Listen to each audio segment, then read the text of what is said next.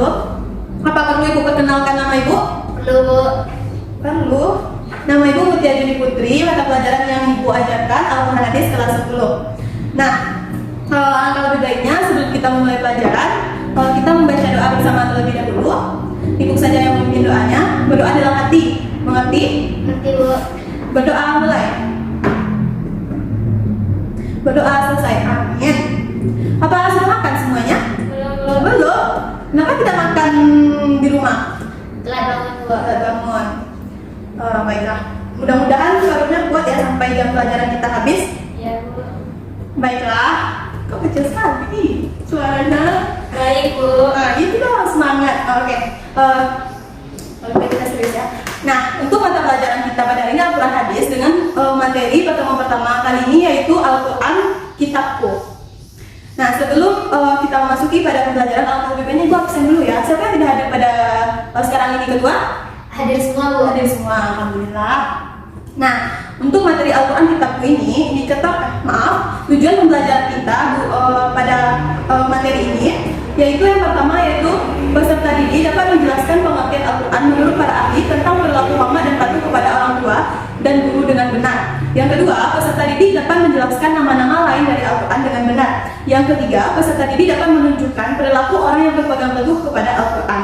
Nah, untuk anak-anak Ibu ketahui, agar anak-anak Ibu mencapai nilai KKM, maka tujuan pembelajaran kita ini harus anak-anak Ibu capai keseluruhannya. Jika ada salah satu tujuan pembelajaran yang belum tercapai, maka anak-anak Ibu berarti belum dapat menuntaskan KKM-nya. Nah, artinya anak-anak Ibu nanti remedial. Ada pertanyaan? Tidak, Bu. Ya.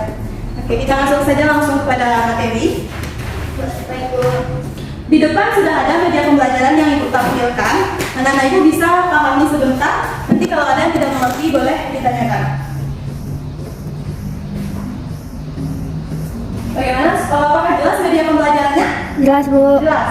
Nah, sebelumnya Ibu mau bertanya kepada anak-anak Ibu, apakah anak-anak Ibu telah mengenal Al-Quran sebelumnya? Sudah, Bu. Apa itu Al-Quran?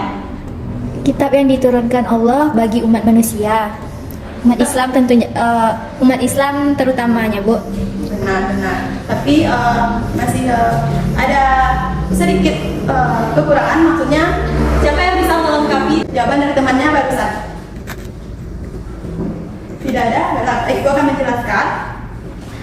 Nah,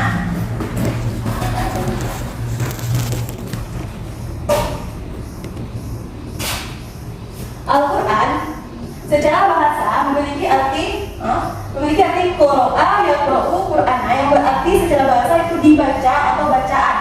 Nah, secara istilah Al-Quran adalah kalam Allah Subhanahu wa taala yang lafaznya berbahasa Arab yang diturunkan kepada Nabi Muhammad secara mutawatir. Secara mutawatir artinya secara berangsur-angsur, yang membacanya adalah ibadah. Nah, ada pertanyaan? Tidak, Bu. Ya, nanti jelas ya apa pengertian Al-Quran secara bahasa, apa secara istilahnya. Nah, selanjutnya yaitu Al-Quran ini memiliki nama-nama lain. Yang pertama yaitu Al-Quran. Al-Quran ini adalah nama yang paling lumrah kita dengar dari pengertian Al-Quran ini. Al-Quran artinya bacaan, yang mana pengertian Al-Quran ini terdapat dalam Quran Surah Al-Baqarah ayat 185 salah satunya, yang berarti bulan Ramadan adalah bulan yang di dalamnya diturunkan Al-Quran sebagai petunjuk bagi manusia dan penjelasan mengenai petunjuk itu dan pembeda antara yang benar dan yang batil. Jadi, pengertian atau nama lain dari Al-Quran ini bacaan diperkuat oleh Quran Surah Al-Baqarah ayat 185 yang di dalamnya terdapat unsur petunjuk, pembeda, dan penjelasan. Kemudian nama Al-Quran itu Alkitab. Alkitab artinya yang ditulis. Hal ini terdapat dalam Quran Surah Al-Imran ayat 3. Yang mana dalam Quran Surah Al-Imran ayat 3 ini berarti dia menurunkan kitab Al-Quran kepada Muhammad yang mengandung kebenaran, membenarkan kitab-kitab sebelumnya, dan menurunkan Taurat atau Injil. Artinya dalam Quran Surah Al-Imran ayat 3 ini terdapat unsur kebenaran dan membenarkan kitab-kitab yang sebelumnya.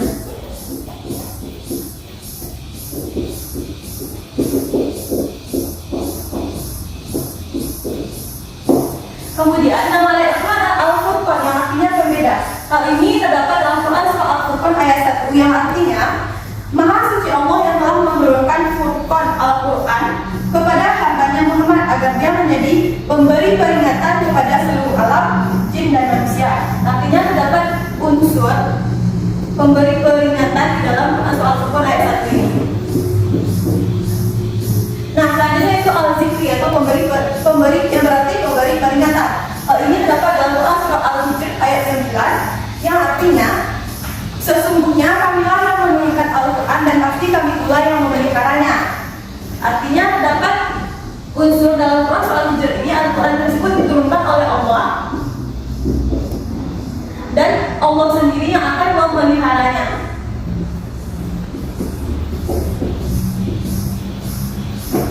Ada pertanyaan tentang nama lain Al-Quran? Apakah hanya 3 nama lain dari Al-Quran, Bu? Tidak, itu berdasarkan nama-nama lain Al-Quran terdiri dari 5. Yang pertama yaitu Al-Quran itu sendiri yang berarti bacaan. Terdapat dalam Quran surah Al-Baqarah ayat 185 yang di dalam arti Quran surah Al-Baqarah ayat 185 ini memiliki unsur Al-Quran itu adalah sebagai petunjuk, sebagai pembeda, sebagai penjelasan. Nah, kemudian nama lain Al-Quran adalah Al-Kitab yang berarti ditulis. Hal ini terdapat dalam Quran surah Al-Imran ayat 3 yang mana di dalam arti Quran surah Al-Imran ini terdapat unsur bahwa Alkitab atau Al-Quran itu sendiri mengandung arti kebenaran, membenarkan kitab-kitab yang sebelumnya. Nah, yang ketiga Al-Furqan yang pembeda terdapat dalam Quran surah Al-Furqan ayat 1 yang mana di dalam Quran surah Al-Furqan ayat 1 ini terdapat unsur bahwa Al-Quran itu adalah sebagai peringatan. Kemudian Al-Zikri yang berarti pemberi peringatan. Hal ini terdapat dalam Quran surah Al-Hijr ayat 9 yang mana dalam Quran Al-Hijr ayat 9 ini Al-Quran itu sendiri memiliki unsur yang diturunkan oleh Allah Subhanahu wa Ta'ala dan Allah sendirilah yang akan memeliharanya. Nah, yang terakhir yaitu At-Tanzil. At-Tanzil artinya yang diturunkan. Hal ini terdapat dalam surah Asy-Syu'ara ayat 152 yang berarti dan sungguh Al-Quran itu benar-benar diturunkan oleh Tuhan seluruh alam. Artinya dalam surah Syu'ara ayat 152 ini Al-Quran itu sendiri diturunkan oleh Tuhan semesta alam, yaitu Allah Subhanahu wa Ta'ala.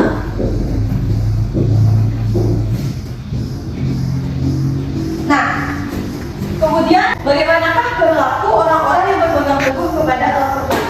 Sebelum Ibu menjelaskan, Ibu akan bertanya kepada anak-anak Ibu sekalian, menurut anak-anak Ibu bagaimana contoh perilaku orang yang berpegang teguh kepada Al-Quran?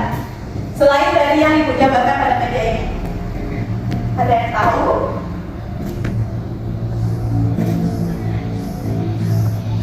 Diam, ada yang tahu? Menjadikan Al-Quran sebagai pedoman hidupnya, Bu. Contohnya, contoh dalam kegiatan sehari-hari.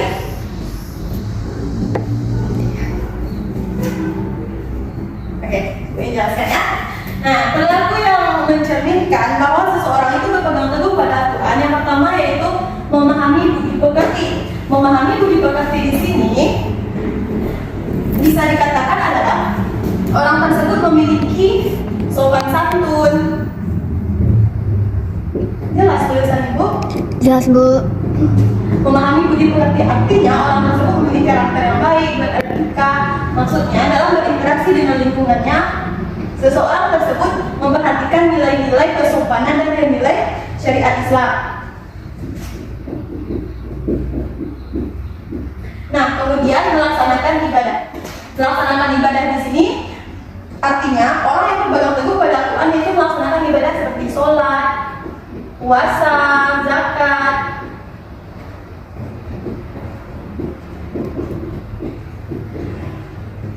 Yaitu melaksanakan ibadah wajib dan melaksanakan ibadah sunnah. Nah, yang ketiga yaitu bersosialisasi.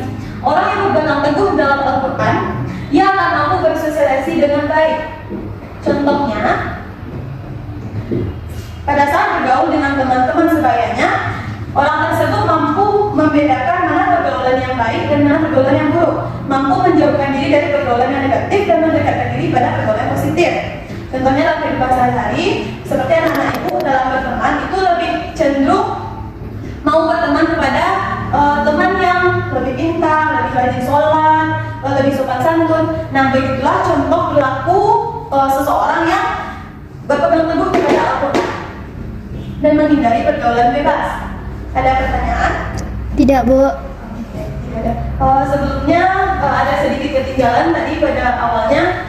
Ibu telah menjelaskan apa itu pengertian Al-Quran secara bahasa dan apa itu pengertian Al-Quran secara istilah. Nah, ada yang ketinggalan yaitu pengertian Al-Quran menurut beberapa orang ahli. Nah, yang pertama yaitu menurut Subhi Suli.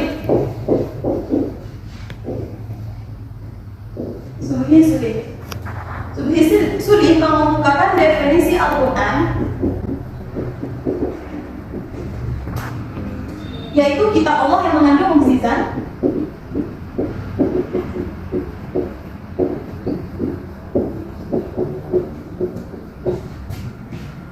kitab Allah yang mengandung mukjizat yang diturunkan kepada Nabi Muhammad.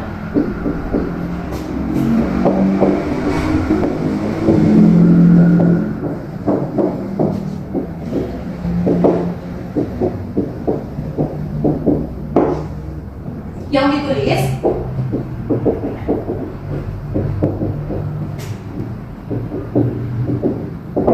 dalam mushaf-mushaf yang disampaikan secara mutawatir,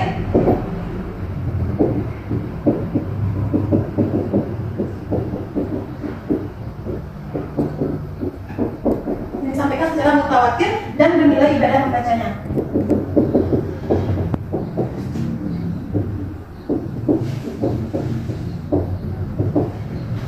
Nah, kemudian menurut Syekh Muhammad Qudari,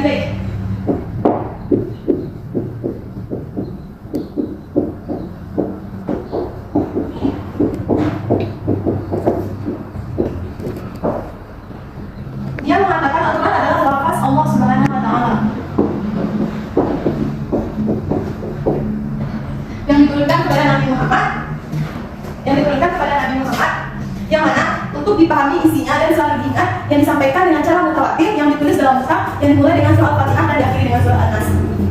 Nah, kemudian menurut Syekh Muhammad pengertian Al-Quran ini adalah kitab Al-Quran adalah bacaan yang tertulis dalam mushaf-mushaf yang terpelihara di dalam dada orang yang menjaganya dengan menghafalnya, yakni orang-orang Islam. Nah, itulah beberapa pengertian menurut menurut para ahli, yaitu tokoh-tokoh Islam. Nah, untuk selanjutnya, adakah anak ibu yang ingin bertanya? Ada yang ingin bertanya? Kalau tidak ada, ibu saja yang bertanya. Nah, pokoknya itu dulu ya. Dari penjelasan ibu tersebut, siapa yang bisa menyebutkan pengertian Al-Quran menurut para ahli? Ada yang bisa? Bisa, Bu. Oke, bisa siapa? Sebutkan namanya? Nadia, Bu. Nadia. Oke, coba Nadia sebutkan salah satu tokoh Islam yang mendefinisikan Al-Quran dan bagaimana itu definisinya? Yaitu menurut Subhi Suli, Al-Quran adalah kitab yang mengandung mukjizat yang diturunkan kepada Nabi Muhammad dan yang ditulis dalam mushaf-mushaf yang disampaikan secara mutawatir yang bernilai ibadah ketika membacanya. Benar. Oke, saya berikan aku untuk Nadia. Nah, selanjutnya Ibu akan berikan latihan kepada Ananda semua. Silakan ikut latihannya.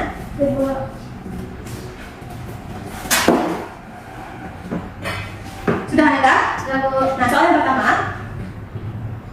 coba Ananda jelaskan nama-nama Al-Quran sesuai dengan pemahaman Ananda sendiri, bukan melihat kepada papan tulis. Bisa diulangi, Bu? Coba Ananda jelaskan nama-nama lain dari Al-Quran sesuai dengan pemahamannya sendiri, tanpa melihat ke papan tulis dan melihat buku. Nah, soal yang kedua, dari berbagai contoh perilaku orang yang memegang teguh kepada Al-Quran di depan, coba Ananda kemukakan menurut pendapat Ananda contoh lain dari perilaku orang yang berpegang teguh kepada Al-Quran. Soal yang terakhir. Sebentar, Bu. Lanjut, Bu. Nah, soal yang terakhir, Coba Anda jelaskan pengertian Al-Quran menurut para ahli, namun dengan bahasa Anda sendiri. Paham soal Ibu? Oke. Ibu berikan waktu 15 menit untuk menjawab 3 pertanyaan tersebut. Bagaimana? Apakah sudah siap latihannya, Nana? Sudah, Bu. Sudah. Mau dibacakan ke depan atau di meja saja? Di meja saja, Bu. Di meja saja, oke. Nah, untuk soal yang pertama, siapa yang mau menjawab? Siapa yang mau menjawab? Tunjuk tangan, angkat tangannya. Saya, Bu. Siapa namamu? Lisa, Bu. Lisa. Nah, untuk pertanyaan pertama, coba Anda dijelaskan apa nama-nama lain dari Al-Quran sesuai dengan pemahamannya. Dari yang telah dijelaskan sebelumnya dan dari media yang ada di papan tulis. Nah, bagaimana pemahaman anak itu mengenai nama-nama lain Al-Quran ini? Silakan Lisa. Baik, Bu. Al-Quran adalah kitab suci agama Islam yang memiliki banyak nama. Nama-nama ini berasal dari ayat-ayat tertentu di dalam Al-Quran itu sendiri yang memakai istilah tertentu untuk merujuk kepada Al-Quran itu sendiri. Oke, benar. Ada yang ingin menambahkan atau ada yang memiliki jawaban yang berbeda dengan Lisa? Ya, berarti tidak ada ya. Kita lanjut untuk nomor yang kedua. Yang kedua soalnya, coba anak-anak Ibu sebutkan bagaimana contoh perilaku orang yang berpegang teguh kepada Al-Quran selain yang ada di depan. Siapa yang mau menjawab? Putri, Bu. Putri, oke, silakan Putri. Perilaku orang-orang yang berpegang teguh kepada Al-Quran antara lain: satu, ia selalu berkata jujur dan tidak pernah berdusta; kedua, tidak menghina atau memulihkan orang lain; ketiga, selalu berbakti kepada orang tuanya; keempat, selalu melaksanakan ibadah yang diperintahkan oleh Allah dengan tepat waktu. Oke, tepuk tangan untuk Putri dan Lisa. Nah, soal yang terakhir siapa yang mau jawab? Ada? Katanya udah siap latihannya. Benar, udah siap apa belum? Sudah, Bu. Nah, siapa yang mau jawab? Amel, Bu. Amel, oke Amel yang di belakang ya. Nah, untuk soal yang terakhir, coba Amel sebutkan dan jelaskan bagaimana pengertian Al-Quran menurut para ahli, namun sesuai dengan apa yang Amel pahami dengan bahasa Amel sendiri. Baik, Bu. Al-Quran adalah firman atau kalam Allah Subhanahu wa Ta'ala, dan Al-Quran tersebut terdiri atas lafaz yang berbahasa Arab. Al-Quran juga diturunkan kepada Nabi Muhammad SAW, yang mana Al-Quran merupakan kitab Allah yang mengandung mukjizat dari Nabi Muhammad SAW yang diturunkan dengan perantara malaikat Jibril. Al-Quran itu disampaikan dengan cara mutawatir atau berkesinambungan. Al-Quran adalah bacaan mulia dan membacanya merupakan ibadah. Ya, Bu. Oke, terima kasih Amel. Ya, Bu. Tepuk tangan untuk Amel terlebih dahulu. Nah, dari jawaban teman-temannya mengenai latihan yang Ibu berikan, latihan sederhana yang Ibu berikan, ada nggak dari anak-anak Ibu yang mau menyimpulkan jawaban-jawaban tersebut atau memberi penguatan atas jawaban-jawaban tersebut? Nggak ada? Oke, kalau tidak ada, Ibu sendiri yang akan memberikan penguatan, mengingat waktu kita akan hampir habis. Nah, mengenai materi kita yang berjudul Al-Quran adalah kitabku ini, dari jawaban teman-teman dan sekalian tersebut dapat kita pahami adalah Al-Quran ini memiliki pengertian secara bahasa Qura'a yaqra'u Qur'ana, yang berarti bacaan atau dibaca. Nah, secara istilah Al-Quran itu adalah kalam Allah Subhanahu wa Ta'ala yang diturunkan kepada Nabi Muhammad secara mutawatir atau berangsur-angsur, yang mana membacanya tersebut adalah ibadah. Nah, menurut para ahli, tidak jauh berbeda dari pengertian ini. Para tokoh Islam atau ahli yang merumuskan pengertian atau mendefinisikan pengertian Al-Quran tersebut, diantaranya itu Subhi Suri, Syekh Muhammad Qudari. Nah, itulah diantaranya tokoh Islam yang merumuskan atau mendefinisikan pengertian Al-Quran, yang mana artinya tersebut dapat kita simpulkan adalah kitab Allah atau kalam Allah Subhanahu wa Ta'ala yang dibukukan berupa mushaf Al-Quran yang diturunkan kepada Nabi Muhammad secara mutawatir atau berangsur-angsur, yang mana membacanya adalah ibadah. Dan Al-Quran ini berlafazkan berbahasa Arab. Nah, mengenai pengertian Al-Quran juga, selanjutnya yaitu Al-Quran ini memiliki nama-nama lain. Nah, nama-nama lain ini seperti yang dijelaskan sebelumnya terdiri dari 5 nama. Yang pertama yaitu Al-Quran, yang kedua yaitu Al-Kitab, yang ketiga Al-Furqan, yang keempat Al-Zikri, dan yang kelima yaitu Al-Tanzil. Nah, yang terakhir yaitu Setelah kita mengetahui apa pengertian Al-Quran, bagaimana nama-nama lain Al-Quran, kita masuk kepada perilaku yang berpegang teguh kepada Al-Quran. Nah, telah dijelaskan oleh teman sebelumnya bagaimana contoh perilaku dalam kehidupan sehari-hari yang berpegang teguh kepada Al-Quran itu sendiri. Nah, seperti yang disebutkan Amel, berkata jujur, sopan santun juga, beretika, sholat sesuai tepat waktu, menunaikan zakat, melaksanakan ibadah wajib dan melaksanakan ibadah sunnah tentunya. Nah, yang kemudian itu bersosialisasi. Artinya dapat kita pahami orang yang berpegang teguh dalam Al-Quran ini yaitu hubungannya dengan Allah, hablum minallahnya terjamin atau terjaga. Nah, hubungannya dengan manusia atau hablum minannas juga terjaga. Nah, begitulah bagaimana sikap orang atau perilaku orang yang berpegang teguh kepada Al-Quran. Sampai di sini dapat dipahami ya, Nana? Paham kok, soalnya kecil ya. Apa karena udah mau pulang? Nggak ada jawaban. Baiklah, untuk sampai saat ini apakah masih ada yang mau ditanyakan? Tidak, Bu. Cukup? Cukup. Cukup. Nah, kalau sudah cukup berarti anak ibu sudah paham ya? Insya Allah paham, Bu. Nah, ibu harapkan dari apa yang kita pelajari ini tidak hanya sampai di sini saja, tapi anak-anak ibu juga harus dapat menerapkan kepada kehidupannya sehari-hari. Nah, tentunya dengan berlaku sesuai yang telah kita pelajari atau kita pahami sebelumnya. Jika tidak ada lagi pertanyaan, maka sekianlah materi kita dan proses pembelajaran kita pada hari ini. Untuk itu kita siap-siap pulang. Benar tidak ada pertanyaan? Tidak, Bu. Tidak ada. Berarti selesai ya materi kita untuk pertemuan pertama, yaitu tentang Al-Quranku adalah kitabku. Nah, selanjutnya karena tidak ada pertanyaan, marilah kita tutup pembelajaran kita pada hari ini dengan membacakan Alhamdulillahirrahmanirrahim. Alhamdulillahirrabbilalamin. Wassalamualaikum warahmatullahi wabarakatuh. Waalaikumsalam warahmatullahi wabarakatuh. Assalamualaikum anak ibu.